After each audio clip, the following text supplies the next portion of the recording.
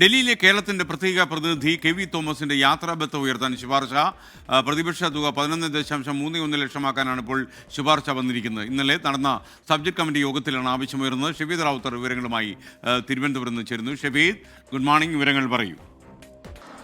സംസ്ഥാന സർക്കാർ വലിയ സാമ്പത്തിക ബുദ്ധിമുട്ടിലാണെന്നൊക്കെ പറയുകയും ചെയ്യും. മാത്രവുമല്ല, പലതരത്തിലുള്ള ആനുകൂല്യങ്ങൾ നൽകാതിരിക്കാനുള്ള കാരണമായി സർക്കാർ പറയുന്നതും ആ രീതിയിലുള്ള കാര്യങ്ങളാണ്. കഴിഞ്ഞ ദിവസം PSC ചെയർമാൻ ഉൾപ്പെടെയുള്ളവർക്ക് ശമ്പളം വർദ്ധിപ്പിച്ച തീരുമാനം സർക്കാർ എടുത്തിരുന്നു. ഇതിന് പിന്നാലെയാണ് ദില്ലിയിലെ കേരള പ്രതിനിധി കെ വി തോമസിന്റെയും യാത്രാബത്ത ഉയർത്താൻ ഇപ്പോൾ ശുപാർശ വന്നിരിക്കുന്നത്. പ്രതിവർഷം 11.31 ലക്ഷം രൂപയാക്കി ഉയർത്താനാണ് ശുപാർശ നൽകിയിട്ടുള്ളത്. പൊതുഭരണ വകുപ്പിന് ധനവകുപ്പ് ഈ ശുപാർശ കൈമാറിയിട്ടുണ്ട്. പ്രതിവർഷം അനുവദിച്ച തുക 5 ലക്ഷമായിരുന്നു. എന്നാൽ ചെലവാകുന്ന തുക 6.31 ലക്ഷം രൂപയാണ്. അതുകൊണ്ടാണ് ഇത് കൂട്ടണം എന്നുള്ള ആവശ്യം ഇപ്പോൾ ശുപാർശയായി സർക്കാർ മുന്നോട്ട് വച്ചിരിക്കുന്നത്. ഇന്നലെ നടന്ന സബ്ജക്ട് കമ്മിറ്റി യോഗത്തിലാണ് കെ വി തോമസിന്റെ ടിഎ കൂട്ടണമെന്ന ആവശ്യം ഉയർന്നത്.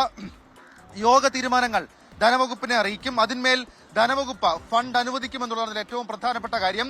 ആശാ വർക്കർമാരടക്കം സമരം ചെയ്യുന്നൊരു സാഹചര്യം സംസ്ഥാനത്തുണ്ട്. മാത്രമല്ല, പലതരത്തിലുള്ള ഈ ശമ്പളം അടക്കമുള്ള കാര്യങ്ങളുടെ കുടിശ്ശിക സംസ്ഥാനത്തുണ്ട്. അതടക്കം നിലനിൽക്കുമ്പോൾ ഈ സർക്കാരുമായി ബന്ധപ്പെട്ട വൃത്തങ്ങൾക്ക് ശമ്പളം കൂട്ടി നൽകുന്നത് അത് ചെറിയ രീതിയിലെങ്കിലും വിമർശനത്തിനിടയാക്കിയിട്ടുണ്ട്.